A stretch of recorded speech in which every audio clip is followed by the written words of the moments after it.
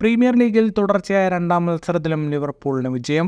ഇന്ന് സ്വന്തം മൈതാനമായ ആൻഫീൽഡിൽ സീസണിലെ ആദ്യ മത്സരത്തിന് ഇറങ്ങിയ ലിവർപൂൾ ബ്രെൻഫോർഡിനെയാണ് പരാജയപ്പെടുത്തിയത്. എതിരില്ലാത്ത 2 ഗോളുകൾക്കാണ് ലിവർപൂളിന്റെ വിജയം. മുഹമ്മദ് സലായും ലൂയിസ് ഡിയസുമാണ് ലിവർപൂളിനായി ഗോളുകൾ നേടിയത്. മത്സരത്തിന്റെ 13-ാം മിനിറ്റിൽ ഒരു കൗണ്ടർ അറ്റാക്കിൽ നിന്ന് ലിവർപൂൾ ആദ്യ ലീഡെടുത്തു. ജോട്ടയുടെ പാസ് സ്വീകരിച്ച് മുന്നേറിയ ലൂയിസ് ഡിയസാണ് പന്ത് ലക്ഷ്യത്തിലെത്തിച്ചത്. ഒറ്റ ഗോൾ ലീഡിൽ ആദ്യ പകുതി അവസാനിച്ചു. രണ്ടാം പകുതിയിൽ 70-ാം മിനിറ്റിൽ ലൂയിസ് ഡിയസിന്റെ അസിസ്റ്റിൽ സല ലിവർപൂളിന്റെ ലീഡ് ഇരട്ടിയാക്കി വിജയമുറപ്പിച്ചു. ആദ്യ മത്സരത്തിലും മുഹമ്മദ് സല ഗോൾ നേടിയിരുന്നു. മത്സരത്തിന്റെ കണക്കുകളിലേക്ക് വന്നാൽ 63% സമയവും പന്ത് കൈവശം വെച്ച് കളിച്ചത് ലിവർപൂളായിരുന്നു.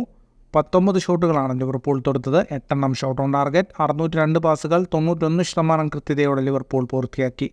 8 ഷോട്ടുകളാണ് ബ്രെൻഫോർഡ് തൊടുത്തത്. 2 shot on target. ജയത്തോടെ 2 മത്സരങ്ങളിൽ നിന്ന് ലിവർപൂളിന് 6 പോയിന്റായി.